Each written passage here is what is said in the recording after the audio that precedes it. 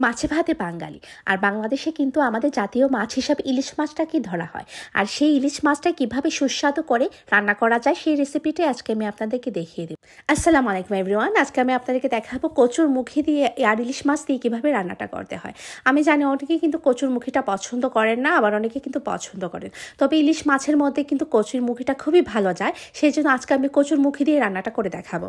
আর সেই ইলিশ মাছের তরকারিটা রান্না করার জন্য এখানে আমি একটি ইলিশ মাছ নিয়ে নিয়েছি। ইলিশ মাছের সাইজটা কিন্তু বিশাল বড়ই ছিল, এই ধরেন 3 কেজি পরিমাণ এরকম হবে আর কি, বিশাল সাইজেরই ছিল। এখন আমি মাছটাকে প্রথমে আঁশগুলো ছাড়িয়ে নিয়েছিলাম। এখন আমি মাছগুলোকে কিন্তু স্লাইস করে নেব। এই যে দেখতেই পাচ্ছেন একটা ছুরি নিয়ে কিন্তু আমি মাছগুলোকে স্লাইস করে নিচ্ছি। আর ইলিশ মাছ কিন্তু এভাবে কাটলে মানে খুবই কম হয় আর কি, অন্য সিস্টেমও কাটা যায়, তবে আমার কাছে এরকম খেতে ভালো লাগে আর কি। আর আমি দেখছি যে মাছের মধ্যে ডিম আছে কিনা আর কি, কিন্তু আলহামদুলিল্লাহ আমরা খুবই লাকি যে আমাদের মাছের মধ্যে কিন্তু ডিমটা পেয়ে গিয়েছি। আর ইলিশ মাছের মধ্যে ডিম না থাকলে কিন্তু আমার ভালো লাগে না, মানে খেতে মজা লাগে না আর কি। ভালো লাগে, তবে ডিমটা থাকলে না একটু অন্যরকম একটা টেস্ট আছে। এই যে দেখেন মাছটার মধ্যে কিন্তু বিশাল সাইজের ডিম ছিল, তবে সবগুলোর মধ্যে হয়নি, ধরেন হাফের মধ্যে ডিম ছিল আর হাফ কিন্তু খালি ছিল আর কি। আর এটা কিন্তু ইলিশ মাছের নিয়মই। আর যাই হোক, এখন আমি ইলিশ মাছটাকে ধুয়ে নিয়েছি লবণ দিয়ে, তারপরে এর মধ্যে দিয়ে দিচ্ছি আমি পরিমাণ মতো হলুদ, দিয়ে দিচ্ছি লবণ। আমি লবণ আর হলুদ দিয়ে কিন্তু মাছটাকে খুবই ভালো করে মাখিয়ে নেব, কারণ মাছ ভাজার আগে কিন্তু হলুদ আর লবণ দিয়ে মাছটাকে কিন্তু মাখিয়ে নিতে হয়, এটা আমরা সবাই জানি। তাই আমি খুব ভালো করে একটু একটু করে কিন্তু মাছগুলোকে মাখিয়ে নিচ্ছি হলুদ আর লবণ দিয়ে। এতে করে হয় কি, আপনার কিন্তু মাছটা কিন্তু খেতেও ভালো লাগে। আর এই যে আমরা তেলের মধ্যে যখন দিই তখন কিন্তু মানে ছিটে আসে না কি, মাছের তেলটা আমাদের উপর ছিটে আসবে না। আর সবসময় ট্রাই করেন, আমি কি করেছি মাছটাকে ধোয়ার পর কিন্তু মাছটাকে টিস্যু পেপার দিয়ে মুছে নিয়েছিলাম। এতে করে হয় কি, যখন আপনি প্যানের মধ্যে দেবেন আর কি, আপনার তেলটা কিন্তু আপনার উপরে একদম ছিটবে না, আর মাছ থেকে কোনো পানি বের হবে না। এই যে দেখুন আমার মাছগুলো কিন্তু একদম ড্রাই আছে, আর আমার সব মাছগুলো কিন্তু ভালো মতো আমি মাখিয়ে নিয়েছি। হলুদ আর লবণ দিয়ে কিন্তু আমার মাছগুলো মাখানো শেষ। এখন আমি রেখে দেব, এই ধরেন 10 থেকে 15 মিনিটের জন্য আমি রেখে দিয়েছি, যাতে হলুদ আর লবণটা মাছের গায়ে ভালো মতো লেগে যায় আর কি। এখন আমি চলে যাব ভাজার জন্য। আমি 10 থেকে 15 মিনিট পর চলে গেলাম আমি ভাজার জন্য। এখানে দেখতে পাচ্ছেন আমি একটি ফ্রাই প্যান বসিয়ে দিয়েছি, তারপর দিয়ে দিচ্ছি সরিষার তেল। আপনারা কিন্তু চাইলে শুধু সরিষার তেল দিয়েও আপনারা মাছটা ভেজে নিতে পারেন অথবা রান্না করতে পারেন। আমি কিন্তু এখানে সরিষার তেল প্লাস সয়াবিন তেল দিয়ে মাছটা ভেজে নিচ্ছি। এতে করে হয় কি, আপনার সরিষার তেল এত বেশি লাগবেও না, আর দুটো মিক্স করে দিলেও কিন্তু ভালো হয় আর কি, খেতে ভালো লাগে আর কি। তাই এখানে দেখতে পাচ্ছেন আমি পরিমাণ মতো তেল দিয়ে মাছগুলো দিয়ে দিচ্ছি। আমি একে একে সবগুলো মাছ দিয়ে দিচ্ছি।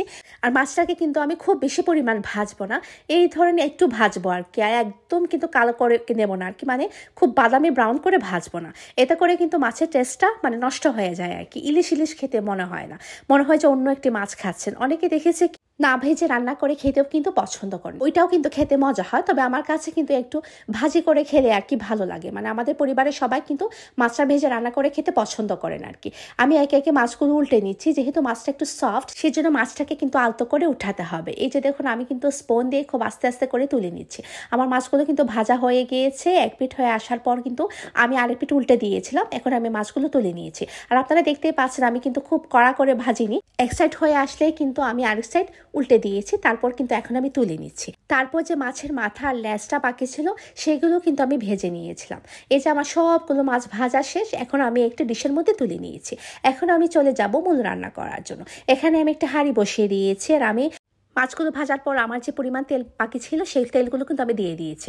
আরও কিছু তেল দিয়ে দিলাম, এই ধরনের সয়াবিন তেল, আপনারা চাইলে কিন্তু সরিষা তেলও দিয়ে দিতে পারেন। দিয়ে দিলাম 1 টেবিল চা চামচ পরিমাণ রসুন কুচি, বা বাটা রসুনও কিন্তু আপনারা 1 টেবিল চা চামচ পরিমাণ দিয়ে দিতে পারবেন। এখন দিয়ে দিচ্ছি পেঁয়াজ বাটা। আমি আজকে কিন্তু ইলিশ মাছ আর পেঁয়াজ বাটা দিয়ে রান্না করব। আমি এখানে প্রায় 1/3 কাপ পরিমাণ পেঁয়াজ বাটা দিয়ে দিলাম, আর দিয়ে দিলাম 1 টেবিল চা চামচ পরিমাণ লবণ। যেহেতু আমি আগে কিন্তু মাছ ভাজি করার সময় লবণ দিয়ে দিয়েছিলাম, তাই আমি লবণের পরিমাণটা একটু কমই দিলাম। আর ইলিশ মাছে কিন্তু লবণের পরিমাণটা কম দিতে হয়।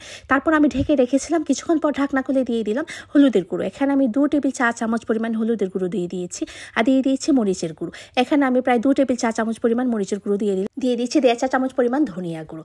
আর কোনো মশলা এখানে আমি দেবো। তারপর মশলাগুলোকে ভেজে আমি দিয়ে দিচ্ছি পরিমাণ মতো পানি, খুব অল্প পরিমাণে পানি দিলাম যাতে মশলাটা পুড়ে যায় না আর কি। তারপর আমি কিন্তু নেড়ে দিচ্ছি একটি চামচ দিয়ে। তারপর কিছুক্ষণের জন্য ঢাকনা লাগিয়ে দিলাম যাতে মশলাটা ভালো মতো কষে যায় আর কি। যখন দেখবো মশলাটা কষে আছে তখন আমি আবারও কিছুটা পরিমাণ পানি দিয়ে দেবো, মানে পানি দিয়ে বেশ কয়েকবার কিন্তু মশলাটাকে ভালো মতো কষিয়ে নিতে হবে।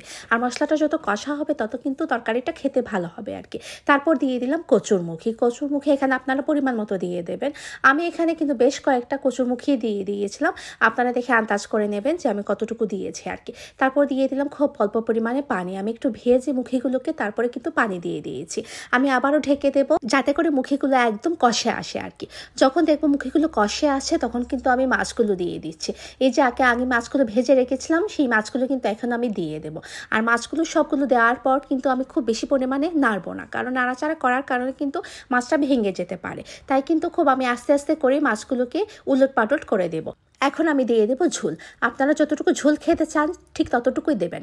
আমি এখানে প্রায় 3 থেকে 4 কাপ পরিমাণ পানি দিয়ে দিলাম, মানে আমার ইলিশ মাছ বুঝে আর কি আমি ঝোলটা দিয়ে দিলাম আর কি। দিয়ে কিন্তু আমি একটু নেড়ে দিচ্ছি, আর চামচ দিয়ে নাড়বো না, কারণ চামচ দিয়ে নাড়লে কিন্তু ভেঙে যেতে পারে। আমি আবারও ঢেকে রেখেছিলাম যাতে মাছটা আর কি সেদ্ধ হয়ে যায় আর কি, মুখের সাথে কিন্তু মিশে যায়। তারপর দেখতেই পাচ্ছেন আমি হাঁড়িটা ঘুরিয়ে নাড়ছি, এতে করে হয় কি মাছটা ভেঙে যাওয়ার চান্স থাকে না আর কি। দেখতেই পাচ্ছেন এখন আমার কিন্তু মাছটা হয়ে আসছে। এখন আমি দিয়ে দেবো ধনিয়া পাতা কুচি। এগুলো কিন্তু আমার এই দেশে না, এগুলো হচ্ছে দেশি ধনিয়া পাতা, মানে বিলিতি ধনিয়া পাতা যেটাকে বলে আর কি। এগুলো কিন্তু বাংলাদেশে অহরহ পাওয়া যায়। আমি সেই বিলিতি ধনিয়া পাতায় দিয়ে দিলাম। ইলিশ মাছ সাথে বিলিতি ধনিয়া পাতা, কি বলবো, দুটো মিলে কিন্তু একদম মানে মৌ করছে এটা ফ্লেভারে।